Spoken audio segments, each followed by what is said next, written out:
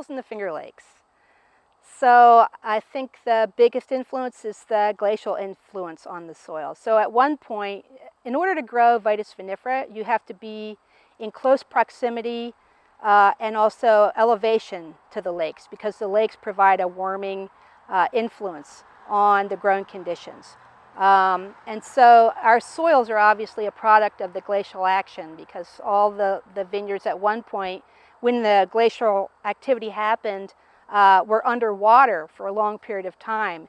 And so all the vineyards around here have a large component of shale, glacial till, siltstone, and it's that profile that really distinctly influences the wines themselves. Fantastic.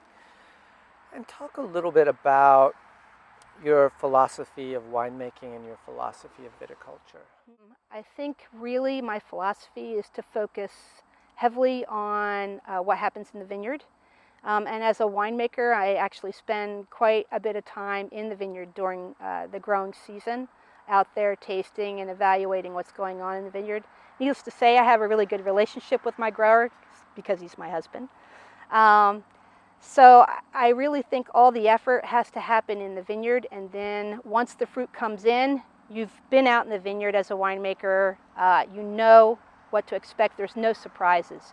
You're making the choices of when the harvest should take place, and when the fruit arrives on the crush pad, you already know that fruit really well. You have a personal relationship with that fruit, and in many ways you've already figured out what you're going to be doing with that fruit moving forward.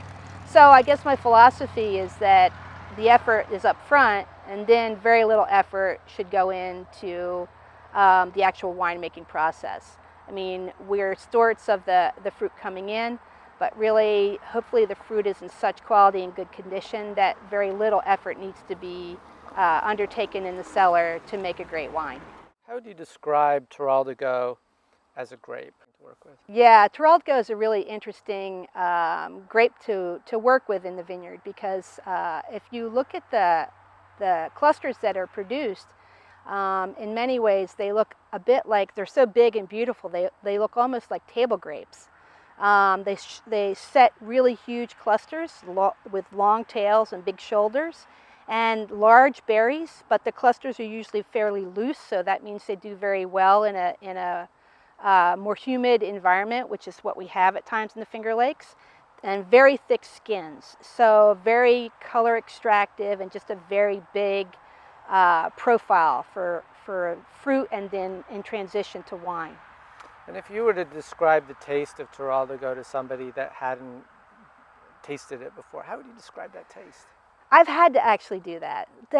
I've actually had to describe to people what the profile of Teroldego is in comparison to more well-known varieties. And I guess I'd like to say I think of it as kind of a cross between, say, a cool climate Grenache and a cool climate Zinfandel, because it's got that brambly berry kind of, even maybe a little bit of minty characteristic that you would see in a combination of those two varieties. And there's still a nice kind of peppery spice and a very good acid backbone.